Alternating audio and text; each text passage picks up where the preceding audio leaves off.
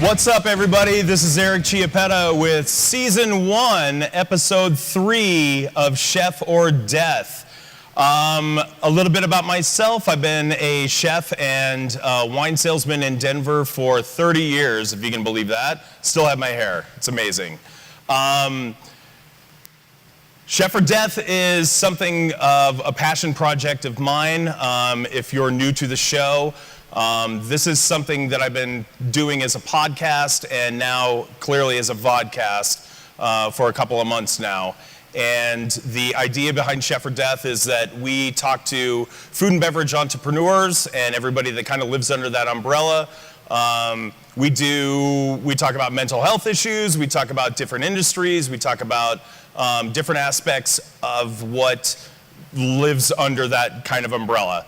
So today's is Denver Food Truckers.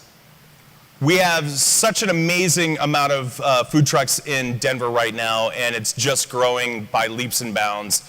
And one of the things that I really wanted to emphasize on the show was startup companies, guys that are just getting started and perhaps maybe moving into a bricks and mortar at some point, but this is where literally the rubber meets the road. These guys take out their trucks every single day, hoping that people are going to show up. They go to where you guys are, they go to the festivals, and I really just want to talk about what those guys go through in their daily lives. This is important to Denver for a lot of reasons. I go to Austin probably 2 or 3 times a year, and their food truck situation there is like no other. We have a friend, Mark, that lives in Portland. Same thing. The food truck industry out there is just exploding. A lot of them turn into bricks and mortars. A lot of them are just happy doing what they're doing. So I'm just interested to find out from these guys their thoughts on it too. Food trucks do a lot of things for a city. It really does expand our food culture. It just contributes to Denver's culinary richness. We get a lot of national attention from it. We're getting a lot of national attention from Denver right now. Alex Seidel just won a James Beard Award, which is it's the Oscars, the Emmys, and everything rolled up into one. So we're super glad to have him as a part of our state as well. So we're just getting more and more notoriety. We're getting more and more attention, and I want to see what it takes from these guys to go from the street to the curb. These are the ultimate startups. We always talk about, when you think of a startup, you think about guys in Silicon Valley that just get millions of dollars thrown at them all the time for an idea. Well, these guys are actually doing something tangible, and not only tangible, but edible. And I think that's a huge part of what makes and is making Denver such a classy city. So what I want to accomplish with all this from all these guys is I want to know what it takes to be a food trucker. And for anybody that's out there that's interested in starting a restaurant, starting a concept, the whole premise of the show is that you can do this. You can do your thing. You can be an entrepreneur. You can put your vision, your heart and soul into a project and bring it out into the world. It doesn't have to just live inside your head all the time. Do your passion project. That's really what I implore all of us to do. It really does make the world a better place. I did it, and I hope I'm making a better place doing this. Subscribe to my YouTube channel. It is Chef or Death. Twitter and Facebook. I am Eric_Chiappetta on Instagram. And of course, go to cheforddeath.com. Let's do a fucking show. To my right is Jorge Cazares. Jorge is the owner of the food truck Boren Castle. Really want to know what that's all about, but we'll get there. Yeah. He's a Denver chef with a love of rustic and Mediterranean cuisines.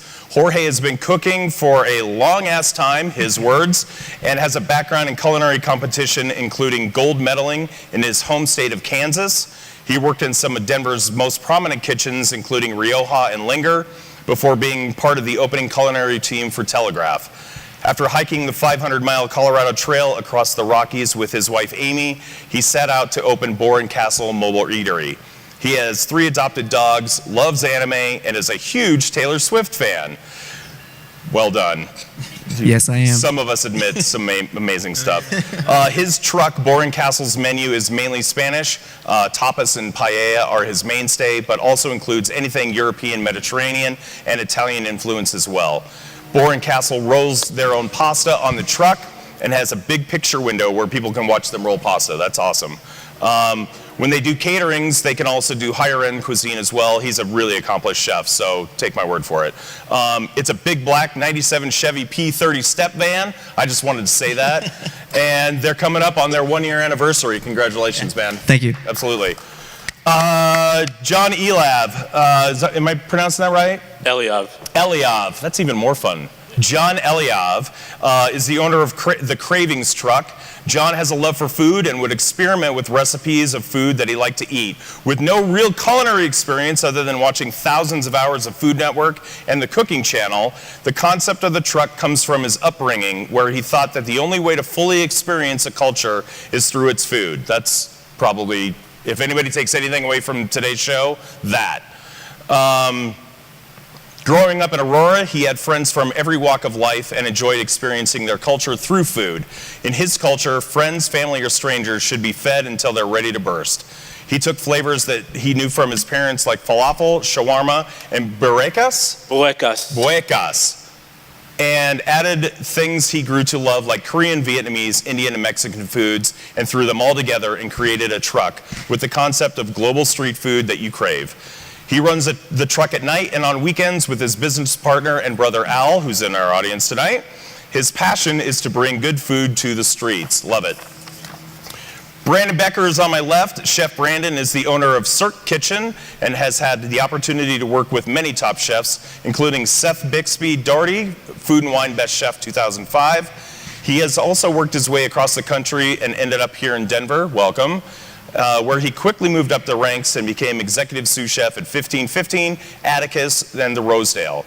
He's also worked as executive chef for Blackbird Public, Red Square European Bistro, and The District. Flavor, presentation, and community have always been Becker's passions, and he wanted more autonomy to create those elevated experiences.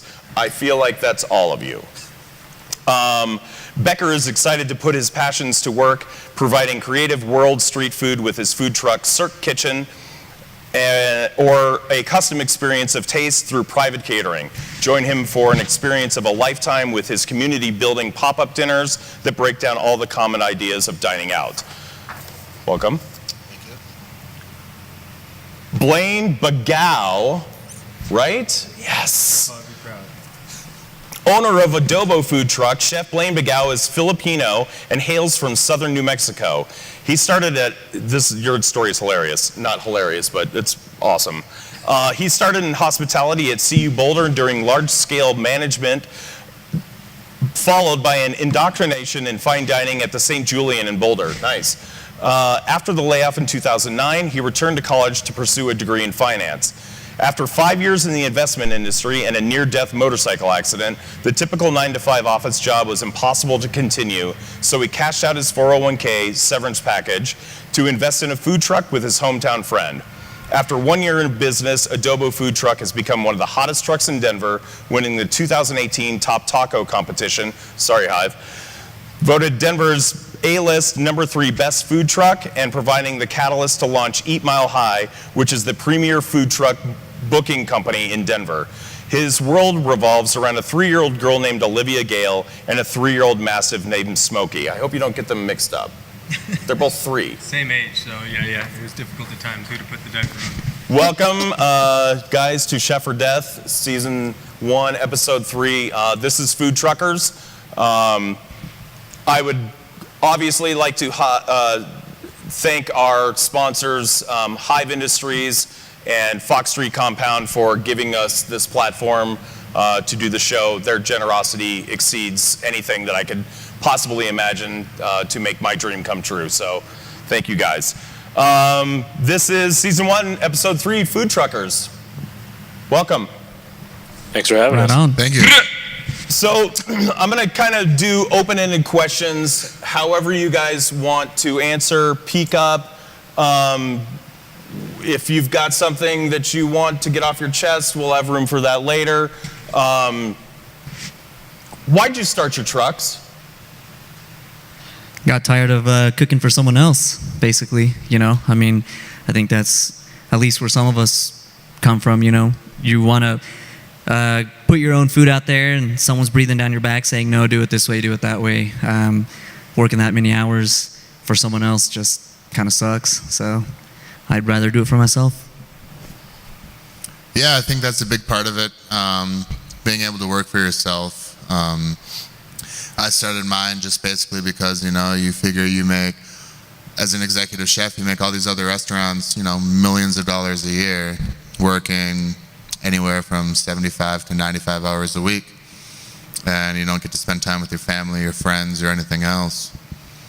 And for me, at the time, family is still a big, important part of my life. And, I took the leap and kind of cashed everything out to open a food truck where I'm able to create my own hours and create that impossible work-life balance that everyone always talks about. So still trying to create the work-life balance, as, starting a new business takes a lot of time and energy, but there's something gratifying in doing something for yourself. So in essence, we're creative people. And when you go and work for someone else's organization, you're essentially the guy that builds the cars for the guy that drew up the plan. And that's on some level unfulfilling to you guys in particular? Yeah, I think creative types that are very driven, I worked in investment where you have to follow certain rules because it's people's money and you have to be serious about it. But when you're creative and you're driven, you want to do things for people, and it always comes out of that spirit of trying to, do things for people and give a part of yourself. But when you're part of that big system, you can't necessarily do your own thing.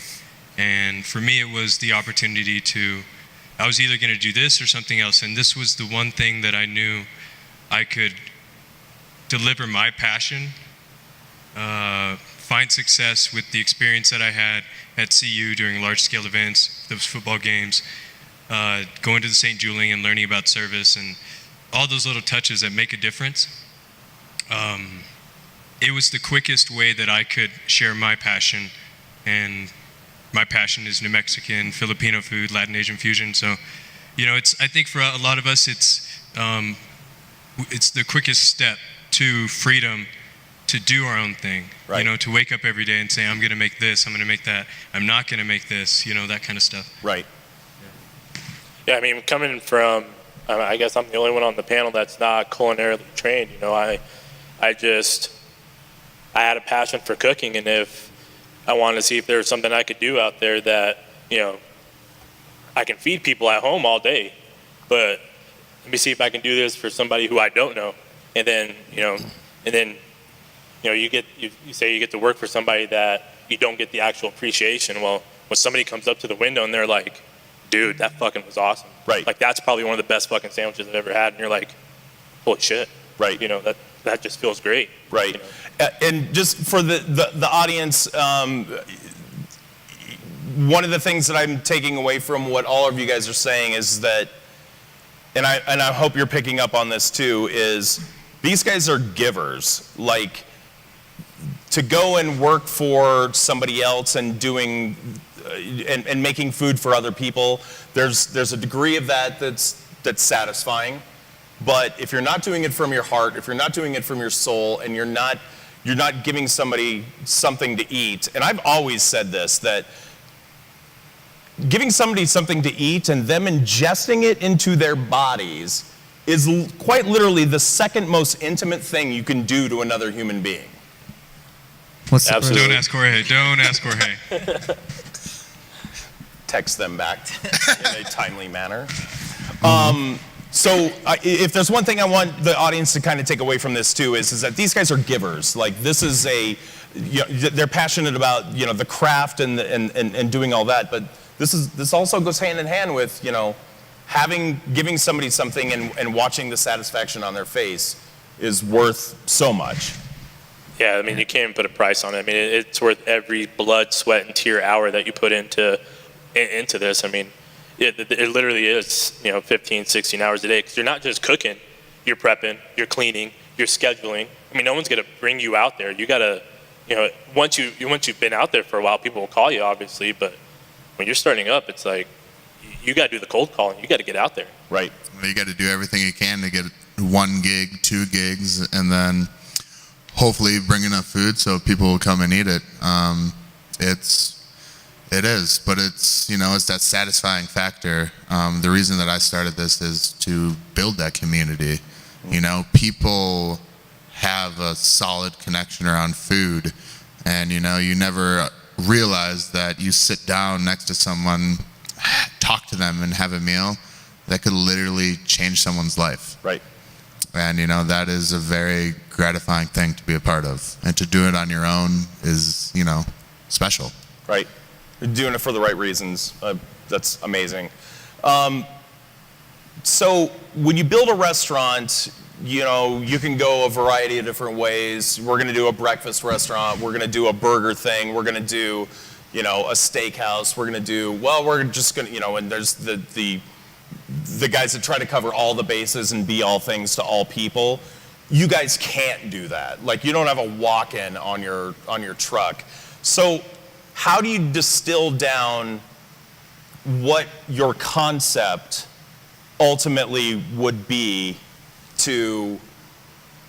that you could put a sign up on the truck and put it out there in the world?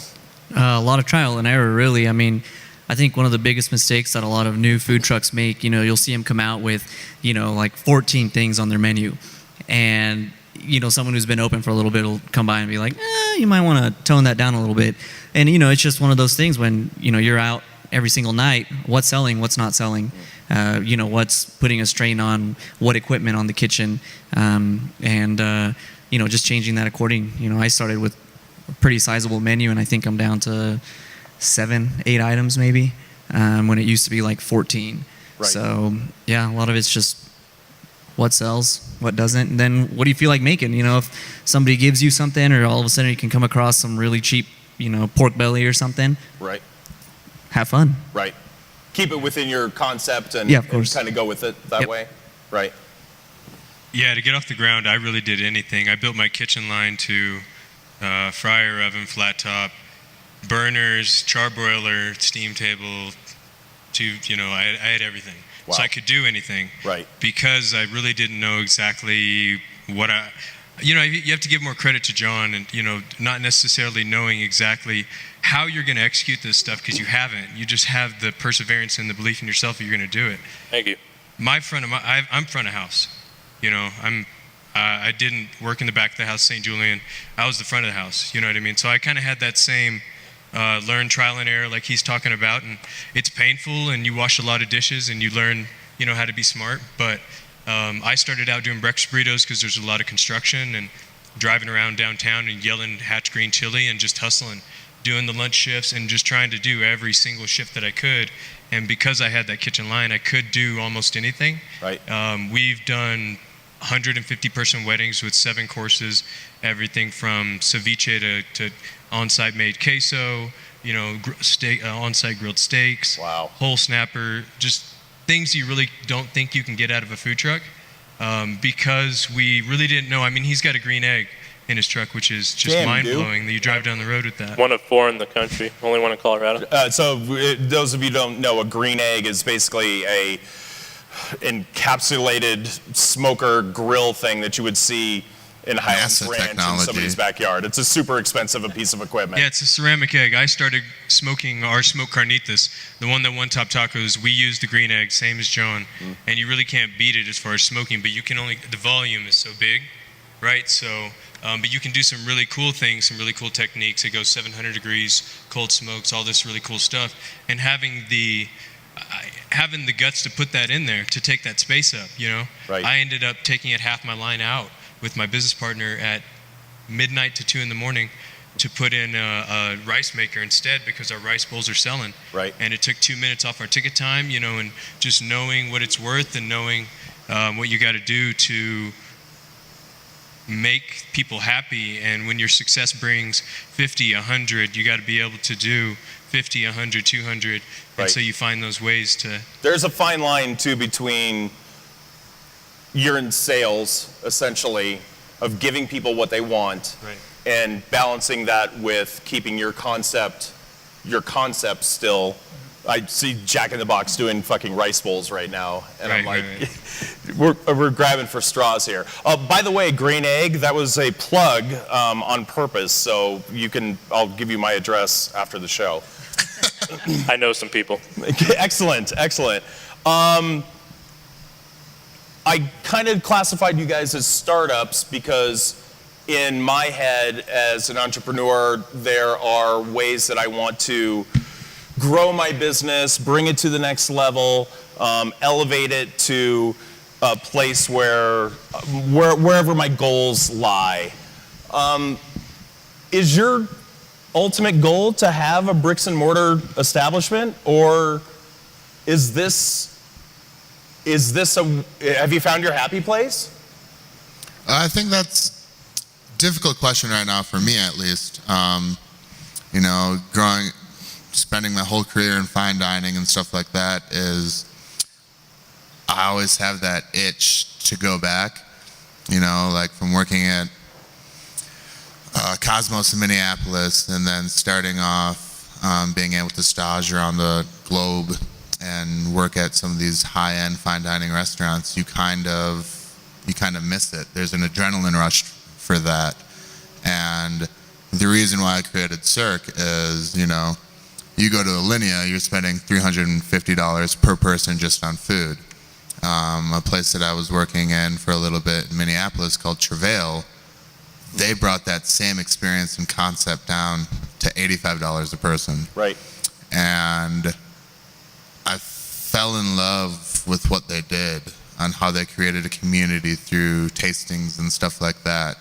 So part of the reason why I do Cirque, the food truck, and then our pop-ups is I want to mix that collaboration of fine dining and community together, and it doesn't have to be stuffy. Right. So, ideally, yes, it would be cool to have a spot because that way you're always there and it's a stable area. But currently I'm really enjoying traveling the state, seeing different breweries, different events and stuff like that, and putting out really good food. For me, I've done 2 rotations of my menu so far. I did Venezuelan was my launch, and then I did my Anthony Bourdain tribute menu for his passing, rest in peace. And then literally starting tomorrow, we're doing our Italian menu. And for me, when you're at a brick and mortar, you have so much inventory there that it's really hard for you to just on a dime stop, switch a concept. Right. So, that versatility of having a truck with, I have 10 things on my menu. It's really easy to cross-utilize, run through your product, and start again. Right. Oh, that's got to be exciting. I worked for Sean Kelly at Aubergine Cafe when I was younger, and the best part about working for Aubergine was we changed the menu every single day.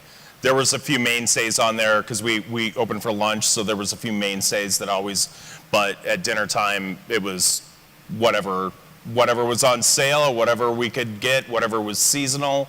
So I always wanted to, if I was ever going to do a food truck, it was going to be along those same lines and that's what you're known for. Like, what's he got today? Like, you build a trust with your own community that they're like, we just got to go see, that sort of thing. Yeah. What about you guys?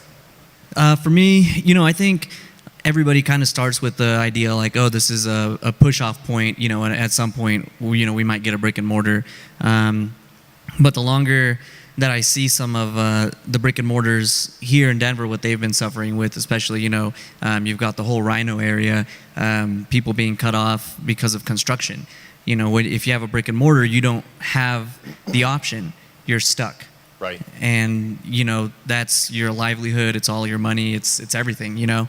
And so with the truck, you know, if you notice a certain neighborhood's not working or a certain brewery or festival isn't working, you just stop going. Right. And you go somewhere else. Right. And so we do have that versatility and that ability. But at the same time, you know, we're not a destination. And that's the other side of it is, you know, more often than not, you're kind of an afterthought. You know, people eat your food because you're there Right. and they're there. So, you know, coming from brick and mortar, that is kind of a sacrifice, you know, and it does feel a little different where people don't go there always because you're there. You know, they might be like, oh yeah, it's this truck that I follow, and you know, and every time they see you, they get your food, but you know, it's not like. Well, and I Ooh, give where are Roy they? Choi's thing, I give him more credit for making Twitter than Twitter. And I was always like, he became a destination restaurant because, you know, and then the movie Chef, like they utilize Twitter like crazy. Is that something That- you guys deal with? That movie is a great movie. I love it, but it is Amen. not at all a representation of the way our lives go. Where do you get the He went from permits? Some parts are pretty accurate, but But yeah, he was in Florida and he's tweeting out like he's got 3 million followers. Yeah, that are- no way. yeah, no, Twitter doesn't have the active base here in Denver. People don't use it. Maybe it's something we should all work on collectively, but right now it's Instagram schedules, Facebook schedules. It's pretty archaic. A lot of app developers are trying to come into the market, and it's really having that active user base. So we're fully supportive, but there's a big void for sure right now. And I don't really know how to tweet, so Don't get it. It's ridiculous. It's more than 140 characters now, I think. Right. So was it 240? I don't know. Depends It's on who you 140. are. I haven't used oh, it. it is- Yeah. Okay. What I think that we really need here in Colorado that we don't have, that places like you mentioned, like Oregon and Austin, is we need a food truck park. And they have them in LA. I mean, every Wednesday night, you know, you see all these trucks lined up, and it does become a Dude, destination. Congress Avenue in Austin is restaurant, hotel, food truck park. The entire length of all the way down to 6th Street. It's unbelievable. You go over the bridge and there's 6th Street. Up the other side of it is hotel, restaurant, bar, food truckville. It's amazing. And we need that here. I mean, it would be something that, if anybody's listening, you know, I'm sure everybody up on this panel wants to do something like that. Yeah. No, so that's what the community's growing, and John hasn't got a chance, but I'll jump into that here in a sec. Our story, you know, comes from a passion, you know, to share our love for food, and earlier you said it, sharing an experience, you know, that kind of thing through food, and he and I started with an interesting food truck builder, and you know, it took me a year to get my truck. He had a lot of other ordeals, but once we finally got in business, the idea of a brick and mortar, all of those future steps were so far out. It was just making enough money to buy the ingredients for the next day. For me personally, you know, a lot of things like that. And then finally, when we've been fortunate enough to be in the right position and have be able to think about that kind of stuff.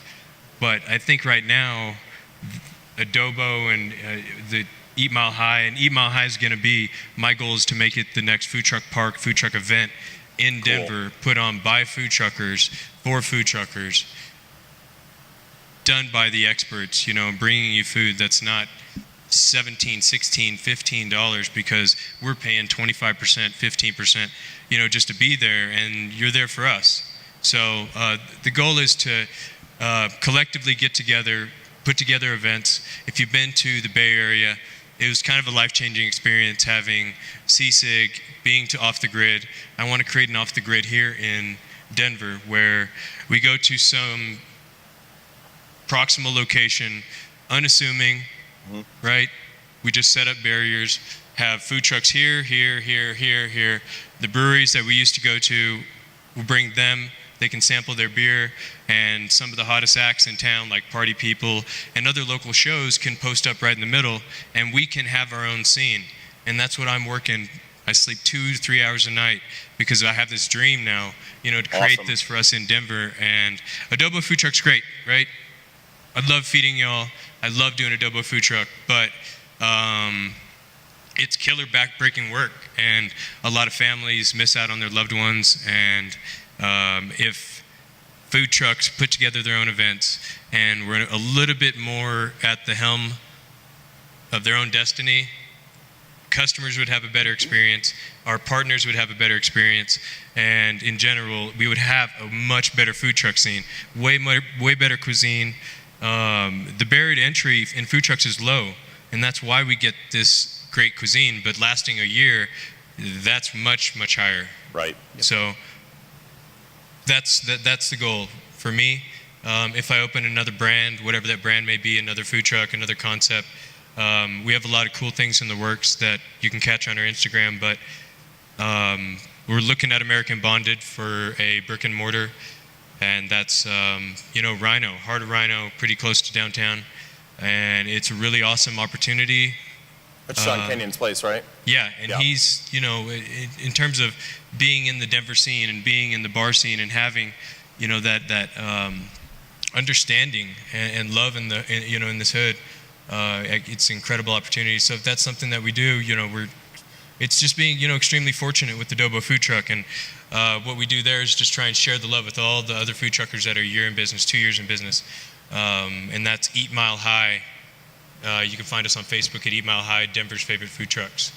And that's the goal there, is just to bring you awesome cuisine by food truckers, sharing their love and their passion. Yeah, let's definitely get behind that for sure, because, like we're talking about with Portland and Austin and guys that have really centralized places for people to go, Right. almost acts as a brick and mortar situation, but if it's in all one consolidated area, then people come in droves for sure. Right. It's Yeah. consistency, and the logistics are something that when you go through so many events, you learn about them, right? Right. And we're putting together the pieces, and we're definitely not, we're not an inclusive group, exclusive group. We're trying to bring people in, and Right. but when you work in food and you work in a tight margin business, 15% is significant. 25% is almost unworkable unless you're at a place where you're charging prices that you almost feel bad about. Right. And so what he's talking about with the 15 and 25%, and this is what's cool about this concept with Eat Mile High, is that when we do events, a lot of these events that are put on by some of these bigger groups or, the city or whatever, the food trucks are the draw. It's a food truck event. And yet, every food truck has to pay either a large fee up front or 15% of their sales or 25% of their sales. Right. And so, the concept came out of, Blaine saying, well, we're the reason these people are here. Why should we be paying to sell to them? Right. So let's just do it ourselves. Right. Yeah, Entrepreneurs, this is how it works. This is what entrepreneurs do. You solve fucking problems. Right, it was a problem brought to us. We were doing a Kaiser Permanente office, and I did lunches there, and the people loved it. We started doing breakfast, and they loved that even more. And so they said, can you just help us do these food trucks? Sure, it's just once a week. And so I kind of just added that to my routine, and then another office contacted us and said, we want food trucks too. And so we really haven't necessarily, I've gone to meetings and explained the liability and the law, the licenses and all those kind of things with their executives to clear it up. Right. But it's definitely been, the demand is huge out there. They're asking for it. Yep. And we're just, because of the experience I have working in sales and investments and having meetings and doing those kind of things, we go in there and just explain that it's really not that difficult, but there are some kind of things that if we were managing, it would be a lot better. Coverage, for example. Right. Making sure a truck is there. Jorge's a perfect example. I mean, he had some physical damage to his vehicle that would have prevented most people from showing up. Right. But we worked together, kind of explained what was going on with the lunch that day through our Instagram at Denver Eat Mile High. He ran to the store, got a new part, installed it, and then showed up and still banged out lunch for people who were counting on it that day. Awesome. And that's the connection that we have, is it's a promise, right? Right. And we're trying to bring a little bit more of that. Well, Someone tried to steal our battery. oh, lovely. Yeah. And that really kind of dives into my next question is, you always hear, I just want you guys to kind of explain food truck culture as it pertains to you guys specifically, not you specifically, but the food truck culture community of, you always hear the stories about, you park my truck next to my truck and there's infighting and stuff like that. What's it really, describe what it is in Denver. How are you guys a community, and do you help each other clearly? Is it like a brethren between all of you guys? You're looking out for each other, or what is it? Yeah, it's kind of like a carny. In all reality, there are nights, we all get done. All like 12 trucks will come and park. And we'll all hang out, have a beer, talk about the day. Beer. And kind of get silly. But at the same time, it's a strong community. When I just started out, not really knowing anything, these two guys are the first two that I met. And Jorge taught me the ropes and kind of what to look out for and stuff like that. And Blaine here kind of helped me get some gigs and helped me push off and start to, where I am currently. And, these two guys they helped me through a lot, and I continue to look for them for support. And, I take what they told me and I apply that to the other food trucks that have just started out. John, how was your experience? You were saying you didn't have any formal chef training background.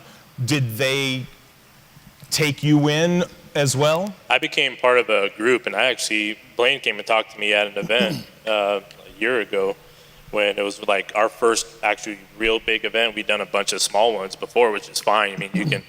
If I can cook at home for 40, 50 people, if 10 people walk up, I know how to bang that shit out. Right. If you know how to cook, you know how to cook. Right. But yeah, I started, when we started doing events with other trucks, and I got involved with another, group that they kind of, do stuff for trucks, and I kind of learned off of them. But literally, it was a lot of, I learned myself, and it was family and friends that helped on the truck. But the actual community itself, it's. I've seen stories on Facebook, with the Denver food truck where it's like, oh, this motherfucker parked next to me, blah, blah, blah, you can't park there. Right. I don't really give a shit. Because if you park there every week, people know your food, they're going to come and get it. And if they try something else, that's great. Me and my brother, we'll go talk to every food truck that's around and be like, if you want to trade something, let's trade some food. You want to try our food? If you haven't had this, take this. Right. And Jorge, I had bread left over on Saturday. I'm like, take it, dude, because I don't want to throw it away.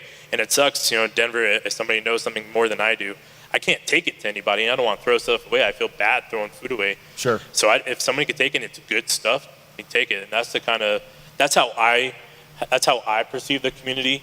If somebody had an amazing fucking day and they sell out, that's great. Right. And I don't care if we did great or not. It's one of those things where that's the way I see it. It's a big family, and that's the way I grew up. A rising friends tide. are family, and if people in the same business.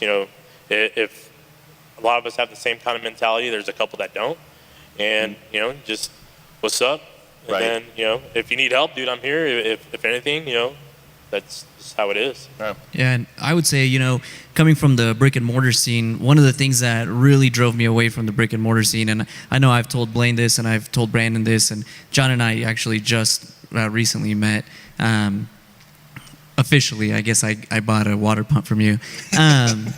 One of those things, food truck things. Anyway, one of the things that drove me away was that whole us against them mentality between different restaurants. When I was at Telegraph, I remember one specific instance. The manager from Bittersweet came over. He said, "Hey, my dishwasher, didn't show up or whatever. They had a busy night scheduled," and he's like, "Do you guys have somebody extra?" But everybody was like, "Oh, don't let them in, don't let them in. They're here to look at our recipes or look at the back of the house." I'm like, Crazy. why we're two different concepts. That makes no sense, Right. But it's this everyone's spying on everybody, everyone's out to get everybody, and I was sick of it. Right. It's stupid. We're all doing the same thing. A lot of us are in this industry because what we love doing, and really the only thing we're good at doing is feeding people. Right. So why should we hate on each other? And what I'd seen from food trucking, especially having worked with Natasha on the Ginger Pig, was just the camaraderie and how everybody helped each other out. The commissary is kind of like a hive or a hub. It's almost like our club room, if you will. So food truck, if you guys don't know, you guys can't actually prep your ingredients on the truck. They have to do it in a commissary kitchen. So some can prep on their truck, some are self-contained if they have a certain setup. But for the most part, the volume that we're doing, 500 plus pounds of meat a week, we're getting close to 700. We're smoking 200 pounds at a time. Right. Just the volume we're doing, we need a kitchen. So just imagine the back of house at any restaurant. Take probably 3-4 of those, maybe not as well organized as you're thinking, and that's what we all share. Right. So it's bigger than you think, but it's not that much. We have a designated space and a walk-in, so my food is next to somebody else's food, so we play along very nicely. And right. If you need cilantro and I have some, you're welcome to take it. That's the common thing there. But yeah, there hasn't been a time when somebody hasn't come through, and that's kind of what I was getting at with that is all of these guys have been on my truck. Right. There is not one of those situations where it's like, oh, don't let him in, don't let him in. I've helped Blaine on his truck. He needed help. I've helped Brandon on his truck. He needed help. Yeah, you helped me on day one. Yeah, that's true. We help each other out. What's that? With the old Jacoby. Yeah, with the old Jacoby. Man, that was fun. But yeah, we give each other ingredients if we need it. And I don't know, it's just, we work together and it feels great. That's awesome. That's awesome. So I started working on trucks to see if it was something I wanted to do. And so I worked on a lot of Jesse Smokin' Nola for a day. They're one of the most well-known trucks down south. They're opening a brick and mortar. Street Freets, Comfortable Food Truck, who's now now retired. A lot of cool concepts, and that's definitely something I noticed is everybody's more than happy to help everybody. Right. To get to the event, to do something through the event. He's helped me on a shift. I've had people come over and bring water. We've used the very last bit of fries between myself and a burger truck just to make sure everybody got fed. Nice. So there's almost nothing that we won't do for each other, and everybody's got 100 stories of towing smokestack 70, my favorite barbecue off of I-70 with my little Toyota Tacoma, or Boring Castle got towed by a pizza truck by Keith's truck. High Society. High Society. Yeah. That was probably one of the best nights I've had at the commissary. Was staying till about 2 a.m. to get your truck back home. I had to flag Keith down, and how did you tie your truck up again? He used my toe straps. Yeah, everybody came together. The pettiness and stuff comes out usually in taco trucks, competing with taco trucks, right? Burger trucks, that kind of thing. And similar concepts. Yeah, similar concepts. So we're all selling plate of 3 tacos, and mine are 11 years or 10. Right. It's kind of that kind of stuff, and it really doesn't matter at the end of the day. Right. We were at Velarama, and it was 12, 11, 10, and everybody did well. And, it depends on the ingredients, the staff, what you're trying to do, and all those kind of different things to define success. So right. The competition really is what I saw, and what drove me to create Eat Mile High was leads and events and opportunities being closely held by groups and then being sold off, and then the customer gets a bad experience and really just pays a fee. It's the same thing every time, and same trucks every time. Right. No new experience, no opportunity. Really, was what I care about. Is I care about the customers still, but there's so many hungry people out there who are dying to create their concept, and they just gave up everything. Well, jumped off a cliff, just like John, and just give them a shot at the busy spot. Give them one shot. You know what I mean? Well, and it makes the Denver food culture better if there's more exposure. If I always go to Tour de Fat and you 4 are always there, then what kind of experience am I getting from a culinary standpoint? A great one. Right, yeah. And we don't want to be there every year.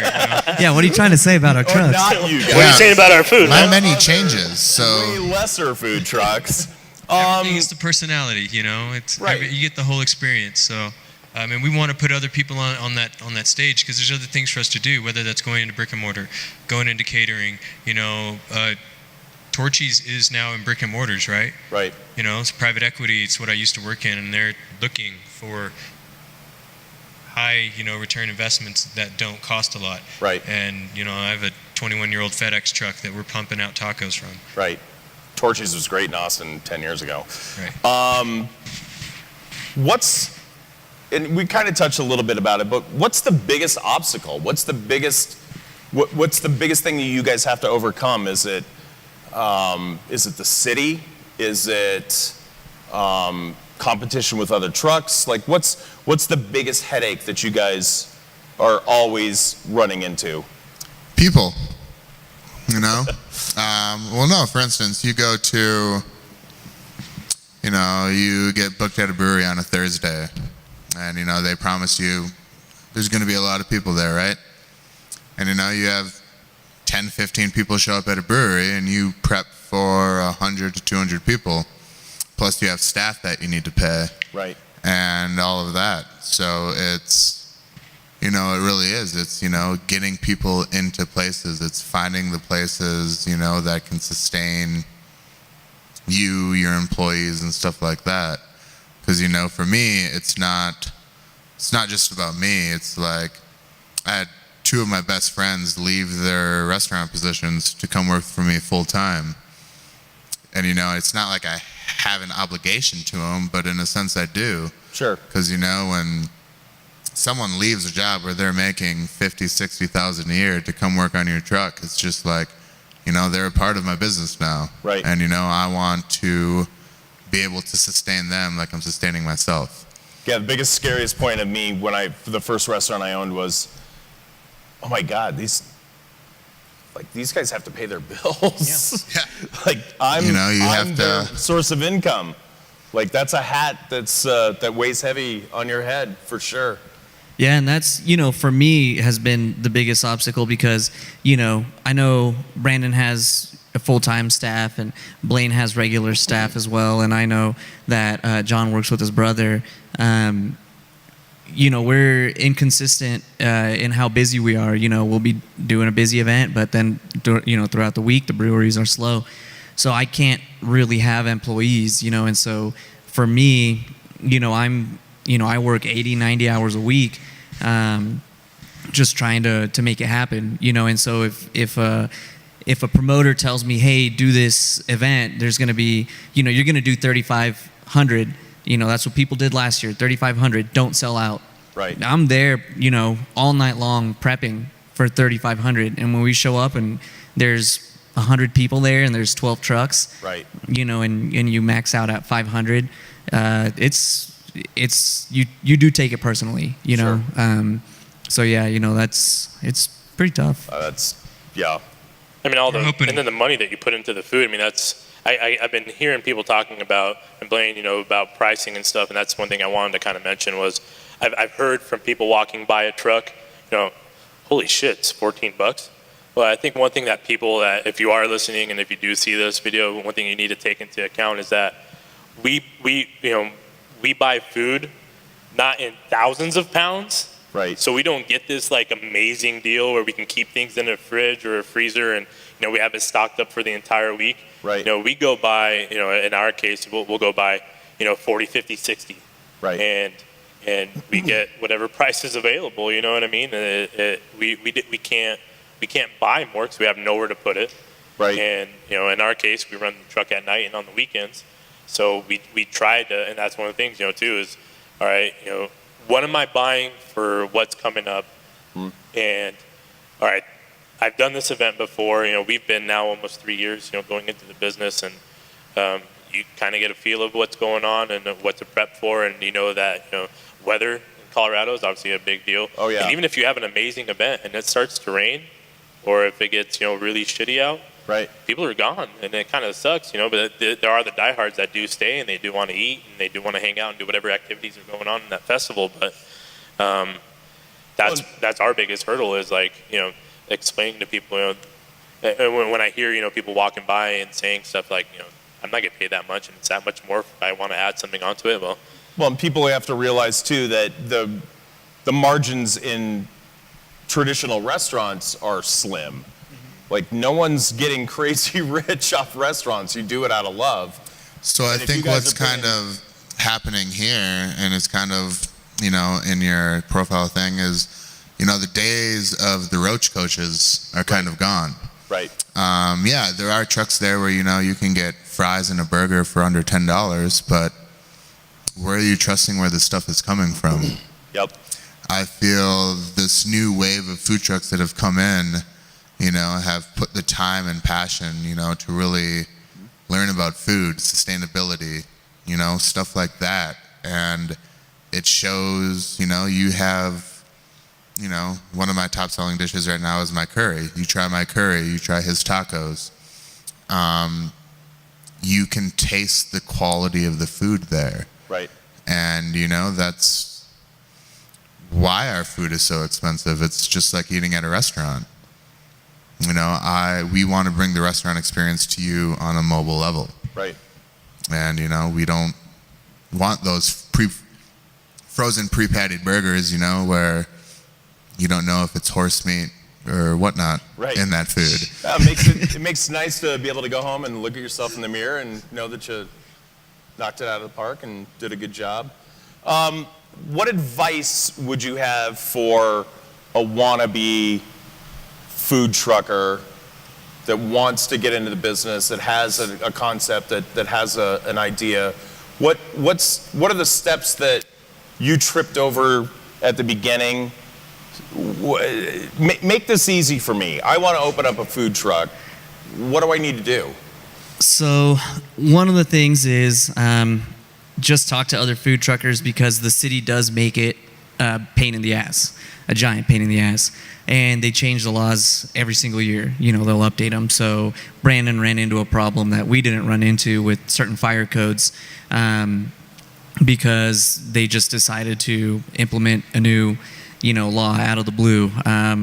And when he approached them, like, hey, I haven't heard about this. No, none of my food truck friends have heard about it. And they were like, well, if we find them, they'll get fined. You know, too bad. Like, we should just keep up. So one of the things is talk to somebody who just opened a truck, you know, or talk to several different people. The way I did it is not the way a lot of other people did it. My business partner and I purchased our truck a year before we opened. And, you know, we slowly got funding and we slowly got work done on it. You know, and so we did a lot of trial by error. But I know some people, like Blaine and John, went to the wrong food truck builder. That's a whole other story. That's a good story, but I only caught on fire twice. It's cool. Well, yeah, and that was something that I nearly ran into. Luckily, I caught a red flag when he asked me to hand him a blank check. Oh, lovely. yeah, the builders we deal with are, you know, some are great and some are, if you look up, you know, we got better stuff to talk about. So, but some of the challenges that we run into when you're growing is, like John talked about, having the space, prepping to serve that many people without the space to store it, or maybe the bandwidth to do it, literally means you sleep 3 hours at night. There's Right. many nights I've probably slept 3 hours on average for the better part of a year, you know, and that's what it takes. And if that's the biggest hurdle for everybody, because you can get to a certain area and you can plateau, and if you're not willing to just completely devote yourself, commitment to this, you know, every single hour of the day, you're not going to be able to cross that next hurdle. And that's where I'm struggling is, you know, we have our regular staff, we have everything figured out. My business partner helps a great deal, but finding that next gear so that we can, you know, we just put a rice maker in that turned us 420 servings an hour. Right. You know, and you know, the ability to keep going and keep going faster and deliver.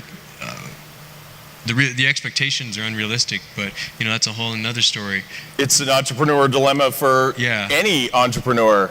You know, they want our food to be as fast as, you know, some of us drive, but it's Right. you know, so we're trying to balance that, you know, like a really high level food right? We all have this passion, and that's where a lot of us supplant or subsidize. We're able to do really high quality food, locally sourced, right, with awesome care behind it and technique. But it's because we're not paying a lot in overhead. Some of us are. It doesn't mean that we aren't still trying to bring that, that to the plate. And that's something that Denver restaurants have suffered, running a few, having them cost over, $10, $12, $13,000 a month. I don't really see why. Why? Right. You would kill yourself almost, because that's what you do. You end up, killing yourself for the love you have for these people, and working all night and literally throwing water in your face that's from the sink that you wash dishes in 3 times in that 24-hour period. You just have to have an incredible fire, underneath you to be able to do that, and awesome people behind you, and kind of jumping into the next one. If you're going to start, I would just say get into a network of other trucks. Let them help you. Let them put you on. Listen, and don't get in your own way. Right. Because that's what I did for so many months. Just get in my own way and try and do all these things that were in my mind going to whatever it is. So Well, and it sounds like you guys have a good community of resources to help each other, that you obviously utilize. I really do admire what you guys do. It is literally putting rubber to the road and going out there and fighting for what you guys are passionate about and what you guys believe in. So pat yourselves on the back, because it's the true entrepreneurial spirit, and that's why I was really jazzed that you guys were willing to do the show, willing to come on and tell your stories. So I'm super happy about it. So, John, last word? 2 things. I want to add to what you need to do, at least in my perspective. You have to have someone behind you. I have my fiance. The day I bought my truck, she told me she was pregnant. I sold my, my dream car. And everything happens for a reason, you know what I mean? But you have to have family. In my case, it's family. You have to have behind you, and friends that back you up no matter what, whether it's food truck community friends or personal.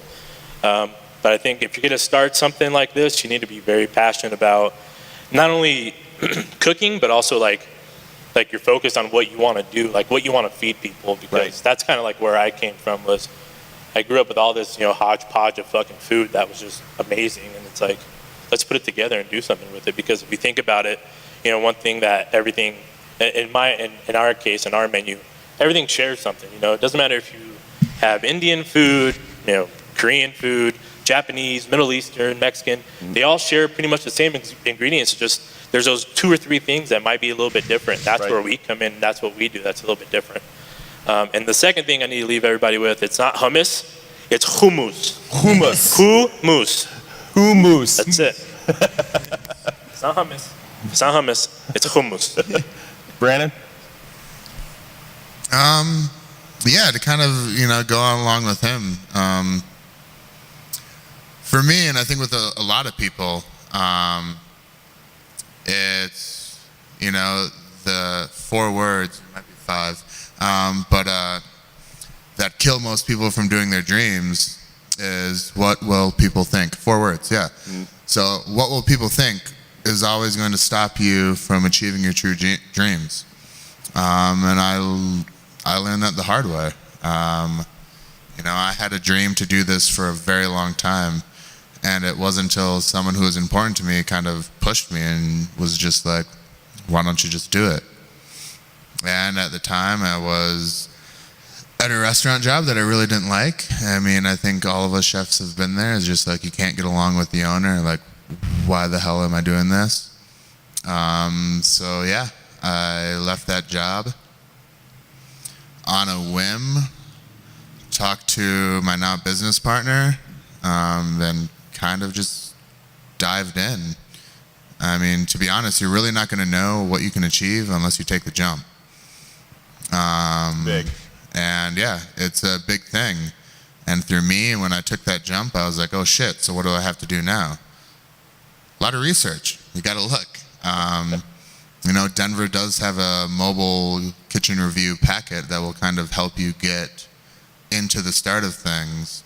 But then it's, learning the finances of, okay, this is how much this costs, break that down. I need to make X amount per year to be able to pay this back. Yeah, finding your break-even point is probably pretty key. Yeah, it literally is you got to jump in and dive in, read.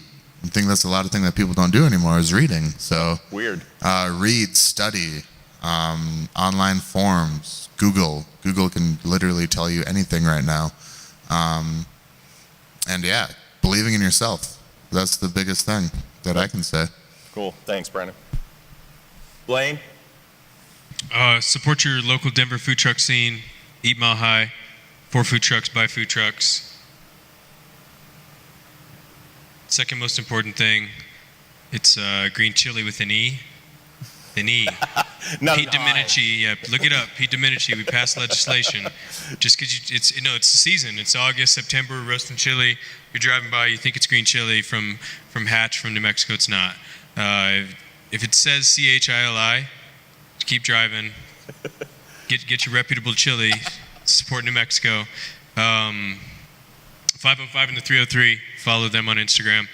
But I do all of this, and we do the Smoke Carnitas tacos, and we crush our rice bowls, and we're bringing all that food. Everybody's got a different passion, but mine's for my daughter. Olivia Gale Bagao. She's everything to me, and I stay up every night working for her, working for a future with her. So that's mine. It's my 15 minutes. I love you. Well said. Jorge? This could take a while. Yeah, don't. Oh, come on. We've worked together. He knows me too well. First of all, Chef, thank you very much for having us. This is awesome. My pleasure. Thank you. It's my pleasure. But yeah, what I would say is this is not an easy thing that we do. It is definitely a labor of love. We absolutely love what we do, but there are days when we absolutely hate what we do. And so don't forget that, for those of you that walk up to the trucks, like John was saying about complaining about prices and whatnot, we work really hard for this, but we do it because we love it. Having a support system does make it a lot easier. If it wasn't for my business partner, Royal, who actually doesn't even live in this state, none of this would be possible. And, my wife, she's used to me being in the industry and having crazy hours, but, she's super supportive. She doesn't get to see me as much as she should. Jorge definitely married up. By the I way. did, yeah. I Roger, am that's the confirmed. Very much out of true. my league. Yeah. I couldn't believe it when I saw it. There you go, Amy. But yeah, she's so supportive, and if it wasn't for her, this wouldn't be possible. But yeah, just I love the group of people I get to work with now, and relationships are important, so we want to be a part of everybody. So if anybody has a wedding or anything, Awesome. Boring Castle Mobile Eatery. Awesome. Nice. And my business partners, Adam and Dawn. Adam from Roswell, New Mexico, and his amazing wife, Dawn Ortega. They're my business partners, and they've helped with everything from helping build the truck, getting through that whole process to today. So Adam's there every day. He rubs the butts, smokes the butts. Ooh, Integral part of the butts. Nice. I like it. Yeah, and I guess John Lugovich is my business partner, and the Lugovich family out in Pennsylvania, Oh. they kind of helped me start everything. So, yeah, without certain people, things can't happen. But Right. sometimes it's not about what you know, it's about who you know. And then it's that 10% left of what you know to get you to the end of the road. Well, the 10% puts it over the edge, and that's always Exactly. your creative abilities and your drive and your passion, and clearly that shone through for us and the show for tonight. And I applaud you all, and super happy that you guys were on the show. Buy local, eat local, support the guys that are out there doing this every day. They're doing it out of love. My motto is to be your authentic self. These guys are clearly doing that. and it's always a win. You guys are super successful at what you do, and it's because you guys are authentic and you're true to what your concept is and what your heart's telling you to do. So every entrepreneur or wannabe trucker or wannabe entrepreneur that's out there, go with your gut, go with your heart, go with your love. It'll come out organically and the world will come to you. Come to Eat Mile High and we'll take care of you. It's a community. Go Eat Mile High. Come on to Eat Mile High, and the Denver all the regulation. We'll make it easy for you. Otho down at Fire is a wonderful man. He takes care of us, make sure that we're safe and we get past and all that. But we do probably owe a shout out to Denver for clearing the pathway and making all this possible. Because a year ago, what was it? Wild West. 2 years ago, there's trucks out there. Crocspot, who's been doing it for I think 9 years. Who really paved the way, but catching up with us, and there's 500 trucks, and be able to do that volume and keep us safe at the same time too. But for new truckers, if you have the passion, you have all the other things, and you're worried about the paperwork and all that drama and regulation, there's people out there to help you for sure. There's people out there to fill your schedule, people out there to motivate you. You know what I mean? But you got the passion, you got the hard work, all that good stuff. There's people that take care of you. Word. Jorge is eatboringcastle.com. John is thecravingstruck.com. Brandon, Cirque Kitchen, CIRQUE Kitchen.